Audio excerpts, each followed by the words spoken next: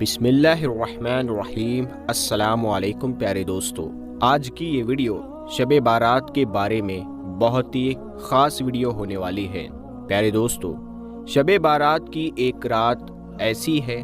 جس رات کے اندر انسانی زندگیوں کے بارے میں بہت ہی امپورٹنٹ اور خاص فیصلے کیے جائیں گے، جیسے کہ کون مرے گا اور کون جیے گا اور کون اس دنیا میں ایک نئی زندگی کی شروعات کرے گا، کون اس دنیا کو چھوڑ کر اس دنیا کو الوداع کہے گا، کون غریب سے امیر بن جائے گا اور کس کی زندگی میں آفت شروع ہونے والی ہے، اور کن لوگوں کے نام مردہ لوگوں کی لسٹ میں لکھ دیے جائیں گے۔ پیارے دوستو، آج کی اس ویڈیو میں ہم آپ کو بتائیں گے کہ شب بارات کی حقیقت کیا ہے، اس رات میں نامہ اعمال کیوں بدل دیے جاتے ہیں، اور اس رات میں انسانوں کے بارے میں کون کون سے خاص فیصلے کیے جاتے ہیں، اور اگر خدا نہ خواستہ ہمارا نام بھی مردہ لوگوں کی لسٹ میں لکھ چکا ہو تو ہمیں کیا کرنا چاہیے، اس رات کتنے لوگوں کی مغفرت کی جاتی ہے، یعنی کہ چھٹکارا مل جاتا ہے، اور اس رات کون سے وہ بدنصیب لوگ ہیں جن کی مغفرت نہیں کی جاتی، اور حضور صلی اللہ تعالی علیہ وسلم نے اس رات کون کون سے کام کرنے کا ارشاد فرمایا، اور ضرورت کے حساب سے مسلمان لوگوں کو شب بارات کو کس طرح گزارنا چاہیے۔ پیارے دوستو، ان تمام سوالات کے جوابات قرآن و حدیث کی روشنی میں آج کی اس ویڈیو میں ہم آپ کو بتائیں گے، لہٰذا آپ سے گزارش ہے کہ آپ ہماری اس ویڈیو کو آخر تک ضرور دیکھیے گا۔ پیارے دوستو، شعبان المعظم کی 15ویں رات کو شب بارات کہا جاتا ہے۔ شب رات کو کہتے ہیں اور بارات کے معنی ہے بری ہونا، کیونکہ اس رات کو مسلمان توبہ کر کے اور اللہ تبارک و تعالیٰ کی بارگاہ میں اپنے گناہوں کی معافی مانگا کرتے ہیں، اور اللہ تبارک و تعالیٰ کی بارگاہ میں اپنے گناہوں کو چھوڑنے کا دعویٰ کرتے ہیں، تو اللہ تبارک و تعالیٰ اپنی رحمت کے صدقے بے شمار مسلمانوں کو جہنم سے نجات یعنی رہا کر دے گا، اسی لیے اس رات کو شب بارات کہتے ہیں۔ حضرت عطا بن یاسار رضی اللہ تعالی عنہ بیان فرماتے ہیں کہ لیلۃ القدر کے بعد شعبان کی 15ویں رات سب سے افضل یعنی بہترین رات ہے۔ پیارے دوستو، آپ کو بتاتے چلے کہ شب بارات فرشتوں کے لیے اللہ تبارک و تعالی نے عید کا دن طے کر دیا ہے، جس طرح کہ اللہ تبارک و تعالی نے زمین پر رہنے والے انسانوں کو 2 عیدیں عطا فرمائی، اسی طرح اللہ تبارک و تعالی نے آسمان والوں کے لیے بھی 2 عیدیں طے کر رکھی ہیں، ایک شب بارات اور دوسری شب قدر۔ انسان چونکہ یہ دونوں عیدیں دین کو مناتے ہیں، جبکہ فرشتے یہ دونوں عیدیں رات کو مناتے ہیں۔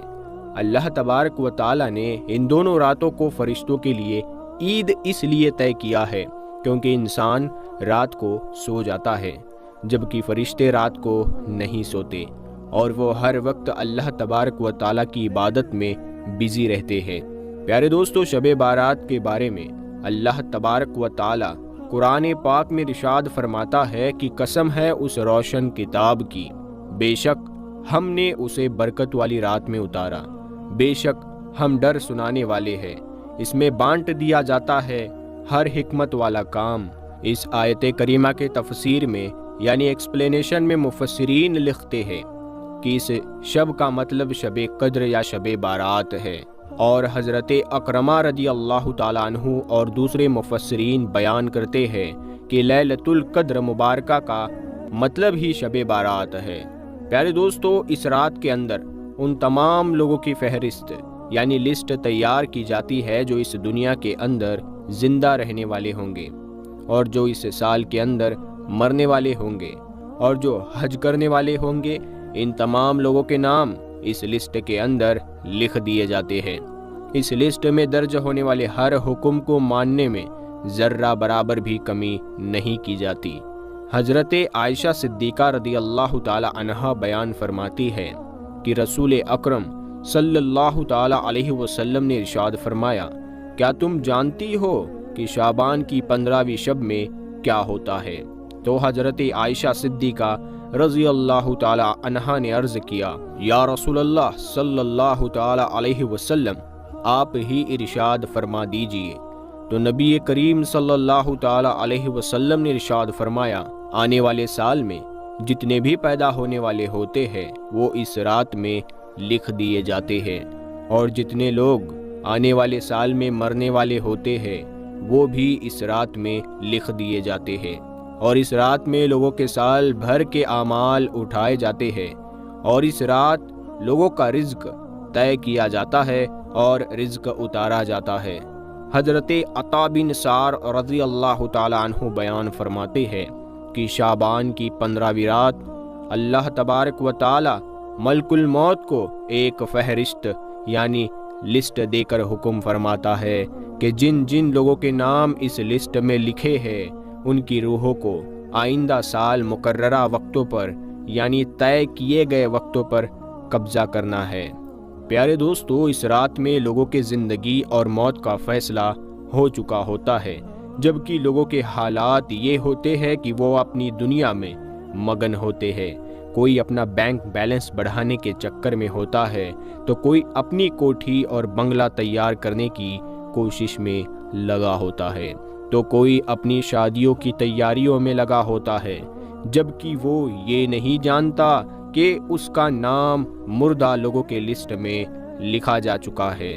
حضرت عثمان بن محمد رضی اللہ تعالی عنہ سے مروی ہے کہ سرور کائنات حضرت محمد مصطفیٰ صلی اللہ تعالی علیہ وسلم نے ارشاد فرمایا کہ ایک شعبان سے دوسری شعبان تک لوگوں کی زندگی ختم کرنے کا وقت اس رات میں لکھا جاتا ہے، یہاں تک کہ انسان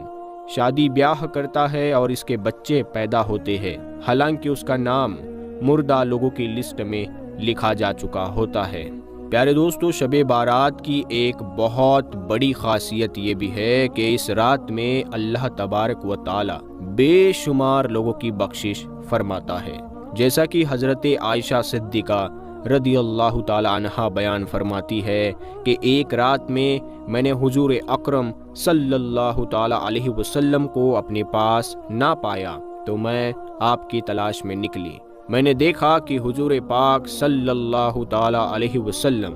جنت البقیع میں تشریف فرما ہے، اور آپ صلی اللہ تعالی علیہ وسلم نے فرمایا، کیا تمہیں یہ ڈر ہے کہ اللہ تبارک و تعالی اور اس کا رسول تمہارے ساتھ زیادتی کریں گے؟ میں نے عرض کیا کہ یا رسول اللہ صلی اللہ تعالی علیہ وسلم، مجھے یہ خیال ہوا کہ شاید آپ کسی دوسری بیوی کے پاس تشریف لے گئے ہیں، تو حضور پاک صلی اللہ تعالی علیہ وسلم نے ارشاد فرمایا، بے شک اللہ تبارک و تعالی شعبان کی 15ویں رات آسمان دنیا پر اپنی شان کے مطابق جلواگر ہوتے ہیں، اور قبیلہ بنو کلب کے بکریوں کے بالوں سے بھی زیادہ لوگوں کی مغفرت یعنی چھٹکارا دے دیتے ہیں۔ حضرت ابو بکر صدیق رضی اللہ تعالی عنہ روایت کرتے ہیں کہ حضور اکرم صلی اللہ تعالی علیہ وسلم نے ارشاد فرمایا کہ شعبان کی 15ویں شب میں اللہ تبارک و تعالی آسمان دنیا پر اپنی شان کے مطابق جلواگر ہوتے ہیں، اور اس رات میں ہر کسی کی مغفرت فرما دیتے ہیں سوائے ان لوگوں کے جو شرک کرنے والے ہو اور بغض رکھنے والے ہو۔ اور ایک دوسری روایت میں آتا ہے کہ نبی کریم صلی اللہ تعالی علیہ وسلم نے ارشاد فرمایا کہ اللہ تبارک و تعالی شعبان کی 15ویں شب میں اپنے رحم و کرم سے تمام مخلوقات کی بخشش فرما دیتا ہے سوائے ان لوگوں کے جو شرک کرنے والے ہو اور کینہ رکھنے والے ہو۔ حضرت عبداللہ بن عمرو بن عاص رضی اللہ تعالی عنہ سے روایت ہے کہ حضور اکرم صلی اللہ تعالی علیہ وسلم نے ارشاد فرمایا کہ شعبان کی 15ویں رات میں اللہ تبارک و تعالی اپنے رحمت سے 2 کے علاوہ سب لوگوں کی مدد فرما دیتا ہے، ایک وہ انسان جو کینہ رکھنے والا ہو، اور دوسرا وہ انسان جو کسی کو ناحق قتل کرنے والا ہو۔ پیارے دوستو، شب بارات میں فرشتوں کو کچھ کام دیے جاتے ہیں، اور شب بارات ایک ایسی رات ہے جس میں اللہ تبارک و تعالی مسلمانوں کی مغفرت فرماتا ہے اور دعاؤں کو قبول کرتا ہے، جیسا کہ حضرت عثمان رضی اللہ تعالیٰ عنہ روایت کرتے ہیں کہ حضور اکرم صلی اللہ تعالیٰ علیہ وسلم نے ارشاد فرمایا، جب شعبان کی 15ویں رات آتی ہے تو اللہ تبارک و تعالیٰ کی طرف سے یہ اعلان ہوتا ہے کہ ہے کوئی مغفرت مانگنے والا کہ اس کے گناہ بخش دوں، ہے کوئی مجھ سے معافی مانگنے والا کہ اسے عطا کروں۔ اس وقت اللہ تبارک و تعالیٰ سے جو مانگا جائے وہ سب ملتا ہے، وہ سب کی دعا کو قبول فرماتا ہے، سوائے بدکار عورت اور مشرک انسان کے۔ دوستو، شب بارات اور 15 شعبان کیا ہے؟ شب ہندی میں کہتے ہیں رات کو، اور بارات کا مطلب ہے بری ہونا، آزاد ہونا، یعنی گناہوں سے بری ہو جانا، چھوٹ جانا۔ اور عربی مہینے شعبان کی 15ویں تاریخ یہ رات ہوتی ہے جس کو شب بارات کہتے ہیں۔ اس رات کی اتنی فضیلت ہے کہ اگر کوئی بندہ ثواب کی امید کے ساتھ عبادت کرتے ہوئے اللہ سے اپنے گناہوں کی معافی مانگے تو اللہ تبارک و تعالی بہت جلد گناہوں کو معاف کر دے گا۔ فضیلت والی راتیں کون کون سی ہے یہ بھی ہمیں پتہ ہونا چاہیے۔ نمبر 1 لیلۃ القدر جو رمضان کے آخری عشرے میں ہوتی ہے۔ نمبر 2 عید الفطر کی رات۔ نمبر 3 عید الاضحیٰ عید قربانی کی رات۔ نمبر 4 15 شعبان کی رات یعنی شب بارات۔ اس رات کی کیا خاصیت ہے؟ جیسے پورے سال کا بجٹ سرکار پیش کرتی ہے کہ پورے سال کیا ہوگا، اسی طرح اس رات میں آنے والے سال کے تمام قدرتی کاموں کا لیکھا جوکھا اللہ تبارک و تعالی فرشتوں کو دے دیتا ہے، جیسے لوگوں کی زندگی اور موت وغیرہ کے فیصلے۔ کیا پیارے دوستو اس رات کوئی خاص عبادت ہے؟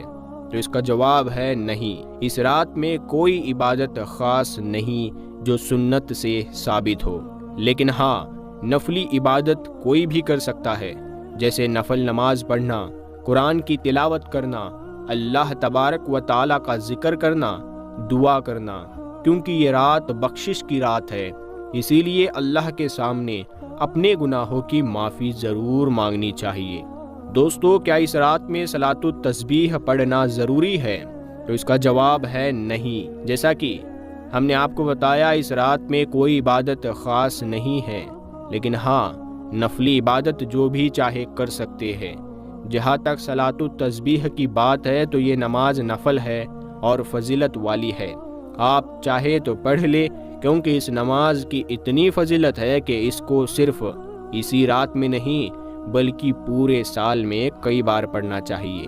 دوستو، بہت سے لوگ یہ سوال کرتے ہیں کیا صلاۃ التسبیح کی جماعت کے ساتھ نماز پڑھی جاتی ہے؟ تو اس کا جواب ہے نہیں۔ نفل نماز جماعت کے ساتھ نہیں پڑھی جاتی، بلکہ اسے الگ الگ اپنے اپنے طور پر پڑھیں۔ اس رات میں عبادت مسجد میں کرنی چاہیے یا اپنے گھر میں کرنی چاہیے؟ تو اس کا جواب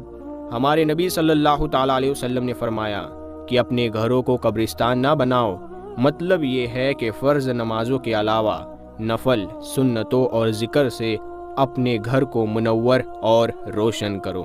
اور اس رات میں عبادت نفلی ہے، اسی لیے یہ گھر میں کرے تو زیادہ بہتر ہے، کیونکہ نفلی عبادت کے لیے لوگوں کا اکٹھا کرنا ٹھیک نہیں ہے، اپنے طور پر جتنا ہو سکے کرنا چاہیے۔ اور یاد رکھے دوستو، اس رات میں ایسا کوئی کام نہ کرے جس سے آپ کے نامہ اعمال میں گناہ لکھے جائیں، جس سے اللہ تبارک و تعالیٰ آپ سے ناراض ہو جائے، اور کوئی ایسا فیصلہ نہ ہو جائے آپ کے حق میں جو آپ کے لیے بہتر نہ ہو۔ تو خدا کے لیے ایسا کوئی کام نہ کرے جس سے اللہ اور اس کے رسول صلی اللہ تعالیٰ علیہ وسلم ناراض ہو جائے۔ ہم امید کرتے ہیں کہ آپ کو آج کا ہمارا یہ ویڈیو پسند آیا ہوگا۔ آپ اس ویڈیو کو اپنے تک ہی نہ رکھیں، اپنے دوستوں میں بھی اس ویڈیو کو ضرور شیئر کریں۔ ہم ملتے ہیں اگلی ویڈیو میں، تب تک کے لیے السلام علیکم۔